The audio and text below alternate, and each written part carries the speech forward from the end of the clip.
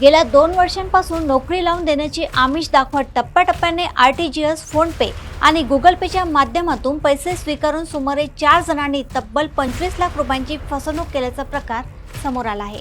या प्रकरणात किरण हेडाऊ हा आरोपी असून त्याने 4 जणांकडून नोकरीची आमिष दाखवून पैसे घेतल्याचा आरोप आहे। गेल्या 2 वर्षात वेगवेगळ्या माध्यमातून ही रक्कम स्वीकारण्यात आल्याची माहिती आहे। या प्रकरणी लक्कडगंज पोलीस ठाण्यात पुढील तपास सुरू असून वरिष्ठ पोलीस निरीक्षकांकडून या प्रकरणाचा तपास केला जात आहे। पैसे कोणत्या खात्यांमध्ये वळविण्यात आले तसेच या फसवणुकीत आणखी कोणाचा सहभाग आहे याचा तपास पोलीस करत आहे। याच्यामध्ये गेल्या 2 वर्षापासून काही प्रमाणात थोडे पैसे RTGS किंवा मोबाईल पे, जीपे वरून जे पैसे घेण्यात आले, असे जवळपास 4 लोकांची 25 लाखाला फसवणूक करण्यात आली होती नोकरीचा आमिष देऊन म्हणून किरण हेडाऊ हा त्याच्यामध्ये आरोपी आहे आणि या आरोपीने 4 लोकांना नोकरी लावून देतो वेगवेगळ्या ठिकाणी। त्याच्या अनुषंगाने त्यांच्याकडून वेळोवेळी कॅशमध्ये, वेळोवेळी मोबाईल फोनवरती आणि RTGS मार्फतीने रक्कम घेतल्याचं निष्पन्न झालं।